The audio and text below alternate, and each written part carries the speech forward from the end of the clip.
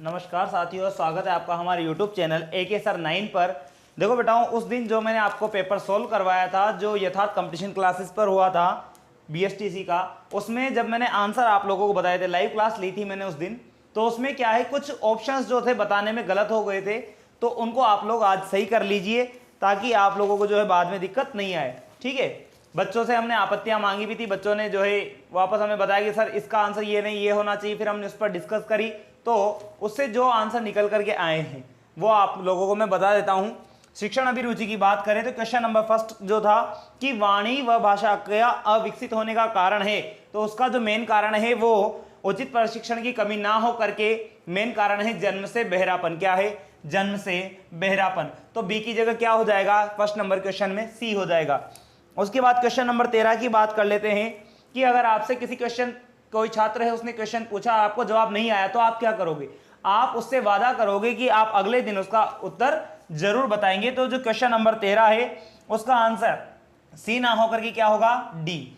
उसके बाद है क्वेश्चन नंबर 14, कक्षा में उचित संप्रेषण हेतु आवश्यक है कि आपका व्यवहार पूर्ण रूप से नाटकीय हो। नाटकीय नहीं होना चाहिए। ठीक है, संप्रेषण जो है उसमें नाटक के हिसाब से काम नहीं चलेगा, तो इसलिए इसका आंसर ए ना होकर के होगा बी।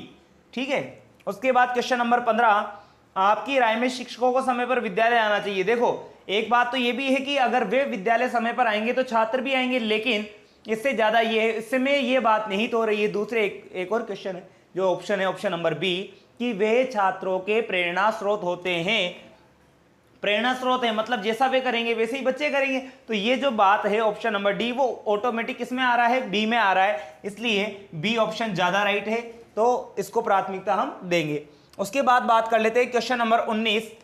क्वेश्चन नंबर 19 में जो है लिखा हुआ है, ज्ञानार्जन के लिए अध्यापक को होना चाहिए। भाई देखो, अध्यापक को प्रयत्नशील भी होना चाहिए, लेकिन उसके अलावा यहां पर लिखा है सजग, कि अध्यापक को क्या होना चाहिए? सजग होना चाहिए, ताकि वो हमेशा सचेत रहे कि हाँ, मुझे यहां से जहां से ज्ञान मिल रहा है मैं ज्ञान प्राप्त कर सकूं। उसके बाद क्वेश्चन नंबर 26 की बात कर लेते हैं। क्वेश्चन नंबर 26 लिखा हुआ है, आप एक शिक्षक के रूप में छात्रों को प्रोत्साहित करेंगे। किस चीज के लिए? हम उनको प्रोत्साहित करेंगे, बौद्धिक स्तर विकसित करने के लिए तो करेंगे, लेकिन हम उनसे कहेंगे बेटा स्वावलंबी बनो। स्वावलंबी बनने का मतलब अपने आप पर निर्भर रहो। तो स्वावलंबी बनने के लिए तो ऑप्शन नंबर बी राइट हो जाएगा क्वेश्चन नंबर 26 में। उसके बाद है क्वेश्चन नंबर 32 में बात करें, नेतृत्व एक विशेष प्रक्रिया है जिसका नाम है, नेतृत्व एक विशेष प्रक्रिया का नाम है और जिसके लिए दो उत्कृष्ट शब्द हैं, वो है प्रभुत्व प्रशासन। मैंने गलती से बता दिए थे उस दिन, इनका राइट आंसर होगा प्रभुत्व अनुगमन। तो बी की जगह क्या हो जाएगा? डी। क्वेश्चन नंबर 34, कक्षा में शिक्षण हेतु प्रवेश करने से पूर्व मैं क्या करूंगा? मैं अपनी पाठ्य योजना जो है उसको व्यवस्थित करूंगा।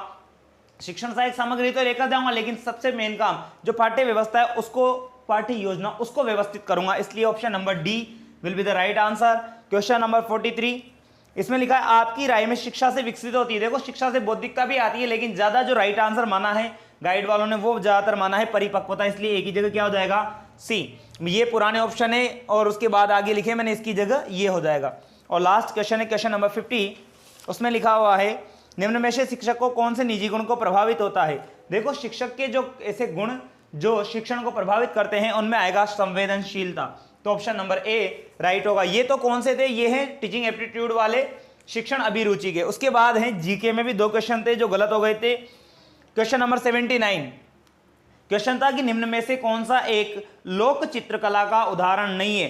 तो उसमें जो था आपको मैंने उस दिन पथवारी बता दिया था। बेटा, पथवारी भी क्या होती है? एक लोक चित्रकला में ही आती है, फड़ भी है और सांझी भी है, तो फिर क्या नहीं है? बनी ठनी। इसलिए ऑप्शन नंबर बी राइट हो जाएगा। सी गलत है और ऑप्शन नंबर बी राइट हो जाएगा। ये सारे जो लिखे हैं सीधे क्रम में, ये गलत वाले हैं, ये गलत है।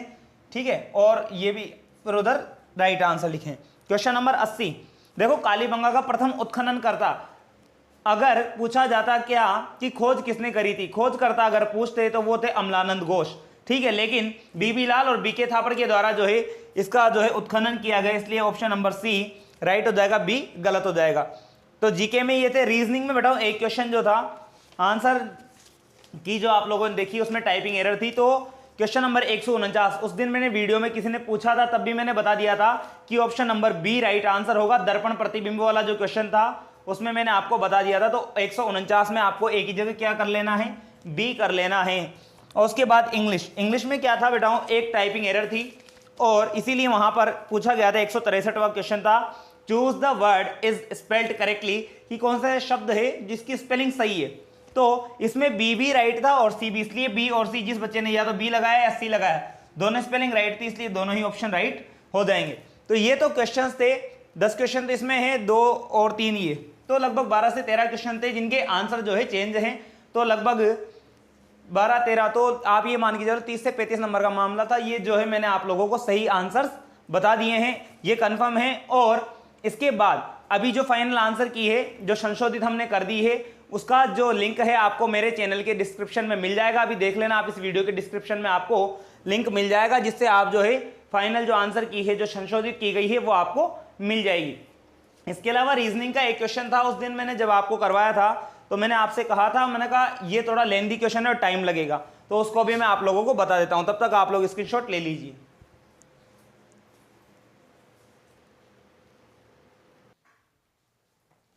चलिए, क्वेश्चन ये था कि एक प्रस्तावित विधेयक के ऊपर सर्वेक्षण में 2878 लोगों ने भाग लिया, जिनमें 1652 आदमी थे। 1226 लोगों ने विधेयक के खिलाफ मत डाला, जिनमें 796 आदमी थे, और 1425 लोगों ने अपना मत विधेयक हित में दिया, और 196 महिलाएं दुविधा में थी। तो बात यह है कि इसमें देखो क्वेश्चन क्या क्या पूछे गए थे, कितनी महिलाएं प्रस्ताव के हित में नहीं थी, कितने आदमी दुविधा में थे, अपनी महिलाओं ने विधेयक के हित में मत दिया, कितनी महिलाएं थी वो। तो एक प्रस्तावित विधेयक के ऊपर सर्वेक्षण में कितने लोगों ने भाग लिया, देखो टोटल जो भाग लेने वाले व्यक्ति थे वो तो कितने थे, 2878, ठीक है। उसके बाद उनमें से आदमी कितने थे, 1652, तो महिलाएं कितनी बची, महिलाएं बची 1226। जब आप 2078 में से ये घटाओगे तो 1226 आ जाएगा। उसके बाद ये लिखा है कि 1226 लोग ऐसे थे जिन्होंने खिलाफ मत डाला है।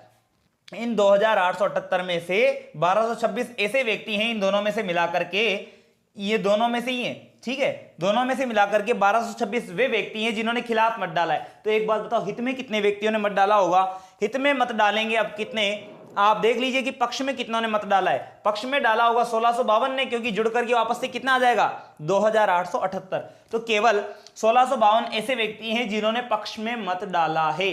अब आगे बात करें तो इन्होंने कहा कि जो व्यक्ति हैं जिन्होंने खिलाफ मत डाला, उनमें से 796 तो कौन है, आदमी है जिन्होंने खिलाफ। तो 1226 में से 796 व्यक्ति तो वे हैं, 796 आदमी जिन्होंने क्या किया है, खिलाफ मत दिया है, ठीक है।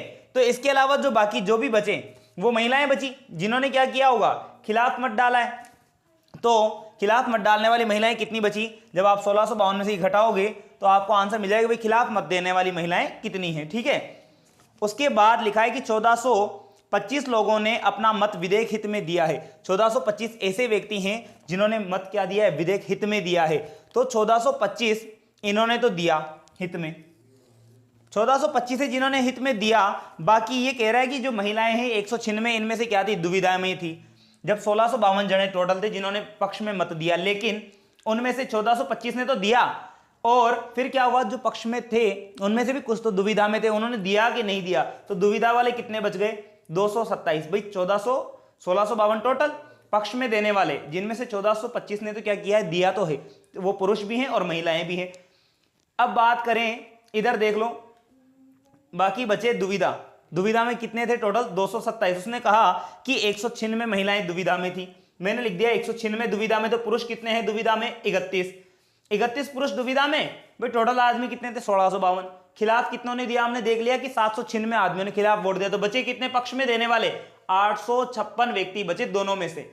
856 में से हमने यहां से निकाल लिया कि जो दुविधा में थे वो कितने थे, 31। तो ऐसे कितने व्यक्ति आए जिन्होंने वोट दिए कन्फर्म, वो थे 825 जिन्होंने मत दिए व्यक्तियों में, पुरुषों में।